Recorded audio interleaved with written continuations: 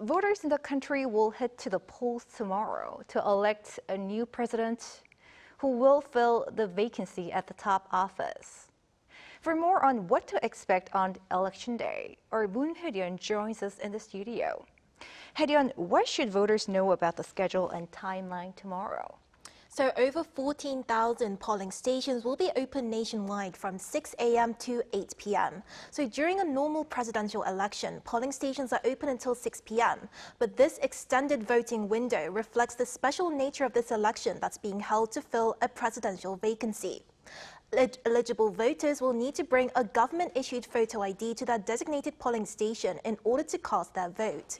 At 8:10 p.m., exit polls based on surveys of voters taken throughout the day will be released by major broadcasters. They're often a strong indicator of who might be in the lead, although official counting will begin immediately after polls close and will continue into the night. It's expected that a clear picture of the outcome will emerge at around midnight, but that could shift depending on how close the race is. During the 2017 presidential election, results were projected by 10 p.m., whereas in the 2022 presidential election, results weren't clear until 2 a.m. the next day. Right, we will be closely following that. And what is being done to ensure a smooth and safe election day? So the NEC chairperson Roh Tae-ak issued a nationwide statement this morning, urging the public to unite through participation. He emphasized the historic importance of this election, calling it a chance to move forward beyond division and towards hope. But he also acknowledged the challenges. The shortened campaign period has left limited time for voters to fully assess candidates and their policies. So to strengthen transparency and public trust, the NEC is maintaining strict election integrity measures. That includes 24-hour CCTV surveillance of ballot storage sites, first introduced during last year's general election. Chairman Roh also highlighted that this is a nationwide effort, made possible with the support of local governments and public servants, many of whom are working overtime to make tomorrow's vote possible. Meanwhile, fire departments nationwide have entered a special emergency posture, inspecting polling stations and ballot counting centers for fire hazards and deploying over 2,000 personnel and 460 fire trucks to counting centers. The police are also on the highest state of alert, which mobilizes 100% of available personnel.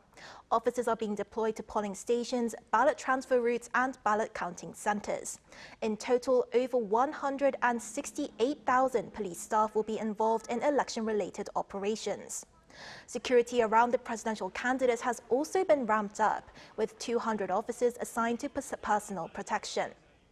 Police will remain on high alert until after the presidential inauguration. Now, the race is coming down to the wire. Are there any last-minute developments people should keep an eye on?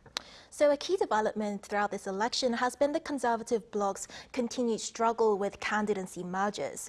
In a campaign rally just yesterday, PPP candidate Kim Moon-soo openly expressed hope for a last-minute merger with Lee Jun-seok, despite early voting seeing as the final deadline for such talks already being over. This shows that hopes for a deal persist. However, Lee Jun-seok has remained firm, dismissing the possibility of a merger this morning on social media. This election has also seen campaign trails engage in negative campaigning. Most prominently in recent days have been allegations surrounding Democratic Party candidate Lee Jae-myung's son, who reportedly engaged in illegal online gambling. With the election now less than a day ahead, eyes are on how these developments could sway voters in these final critical hours. Right, we're going to be watching that. Thank you, Hye-ryeon. Thank you for having me.